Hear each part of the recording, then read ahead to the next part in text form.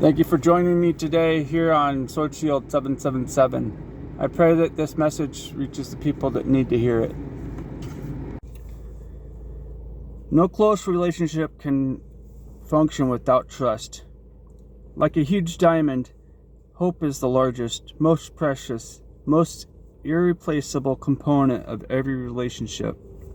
It is so difficult to get, yet so easy to lose. This passage opens with one of the most significant events in the Bible, Abram receiving God's call. Abram's calling established the covenant by which God created the nation of Israel, his chosen people. Abram's move to Canaan and the challenges he faced living there with his nephew Lot stretched his faith the way life's challenges often stretch ours. With this calling, God posed the question to Abram, "Do you trust me?" This story also includes lessons about selflessness, generosity, helping out family, taking risks, and honoring God. God promised to bless Abram and to make him great. There was one condition to this promise, however. Abram had to do what God wanted him to do. Genesis chapter 12, verse 2.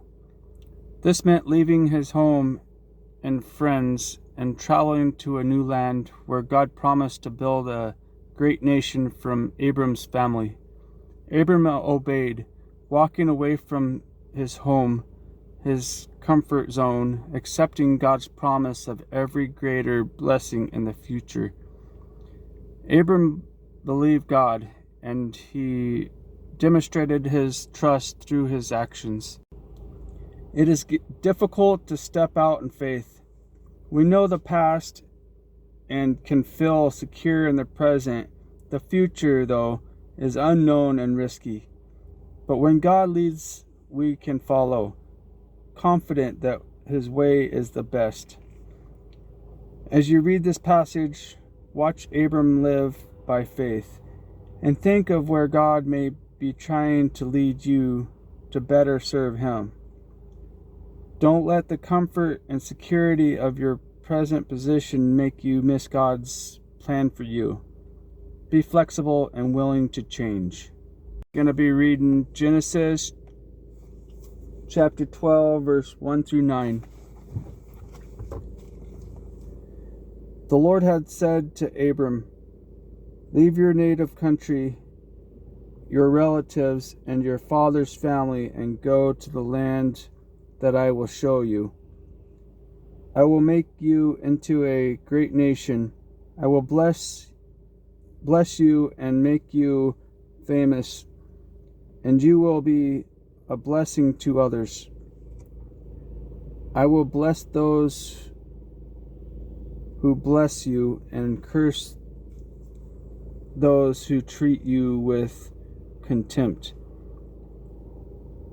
All the families on the earth will be blessed through you." So Abram departed as the Lord had instructed, and Lot went with him. Abram was 75 years old when he left Haran. He took his wife Sarai, his nephew Lot, and all his wealth, his livestock, and all the people he had taken into his household at Haran, and headed for the land of Canaan. When they arrived in Canaan, Abram traveled through the land as far as Shechem. There he set up camp beside the oak of Moreh. At that time, that area was inhabited by Canaanites. Then the Lord appeared to Abram and said, "I will give you this land and your descendants." And Abram built an altar there and dedicated it to the Lord, who had appeared to him.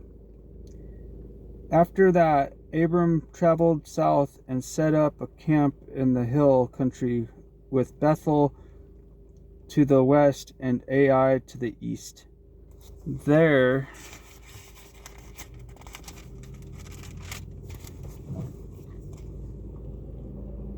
He built another altar and dedicated it to the Lord, and he worshipped the Lord.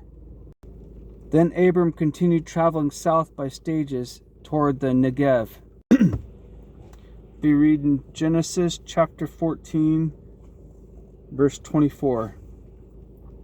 I will accept only what my young warriors have already eaten, and I request that you give a fair share of the goods to my allies, Aner, Eshcol, and Mamre.